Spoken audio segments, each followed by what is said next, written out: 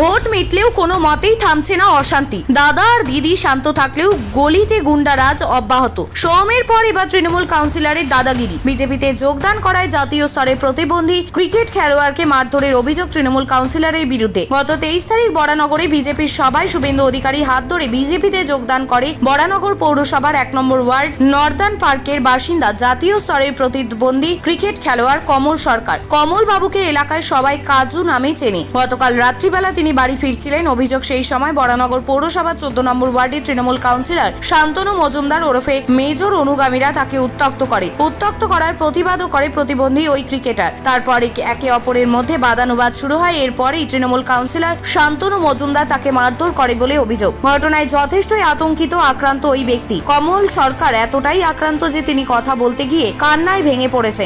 কেন হলাম তো আমি নিজেও জানি না, কারণ আমি যখন রাত্রিবেলা বাড়ি ফিরছিলাম ওই মেজরই সব আগে থেকে প্ল্যান করা ছিল নাকি তা জানি না, তার অনুগামীরা এসে আমাকে উত্তপ্ত করতে আরম্ভ করলো হঠাৎ, কোনো কারণ নেই। তা ও চাইছিল যে আমাকে উত্তপ্ত করলে আমি একটু ধাক্কা দেবো, তারপরেই এর উপরে অত্যাচারটা হবে। ঠিক তাই হয়েছে। ঠিক আমার পিছনে মেজো দাঁড়িয়েছিল। যখন দেখছে যেরকম একটা ঘটনা, আমি ভেবেছিলাম মেজো একটা তার সলিউশন করবে যে কেন দাদা কেরম বলছিস বা কিছু। হ্যাঁ, সে ওইটা না করে তুই কেন গায়ে হাত দিলি, তুই তো প্রথমে হাত দিয়েছিস, এই বলে আমাকে চড়থাপড় মারতে আরম্ভ করে দিল। মেজো হচ্ছে এখানকার 14 নম্বর ওয়ার্ডের কাউন্সিলর শান্তনু মজুমদার, তৃণমূল দলের। আমি তো এখন আতঙ্কিত। আমাকে মেরেছে দাদা।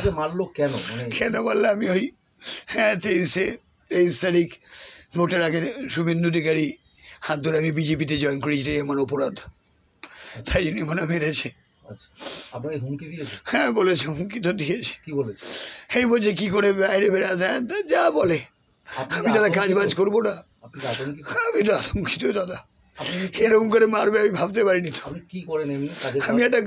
আমি এমনি একটা প্রাইভেট ফার্মে কাজ করি দাদা। আর আমি বাংলা প্রতিবন্ধী টিমের হয়ে 8টা ন্যাশনাল খেলেছি। প্যারা অলিম্পিকে ন্যাশনালে আমি ব্রোঞ্জ নিয়ে এসেছি। আমি 2007 সালে রোল মডেল পেয়েছি। আমি কলকাতা আমার শিবসংঘ স্পোর্টিং ক্লাবের হয়ে ফুটবল খেলেছি, অনেক কিছু করেছি দাদা। এখনো চাকরি বাকরি পাইনি। হ্যাঁ, তা তো পাচ্ছি। এরকম করে কালকে যে মারবে আমি, তাই জন্য আমার ভয় লাগছে যে রাস্তায় বেলা আবার যদি মারে আমাকে মেরেও ফেলতে পারে। আমার নাম কমল সরকার, আমাকে সবাই কাজু বলেই চেনে। এই ধরনের ঘটনা কোনোভাবেই কাম্য নয়। যদি এই ধরনের ঘটনা ঘটে থাকে তাহলে অন্যায় হয়েছে, এমনটাই জানালেন বরানগর পৌরসভার পুর পরিষদ সদস্য অঞ্জন পাল। কে সেই ব্যক্তি? কমল সরকার না? হ্যাঁ, কমলকে তো আমরা চিনি।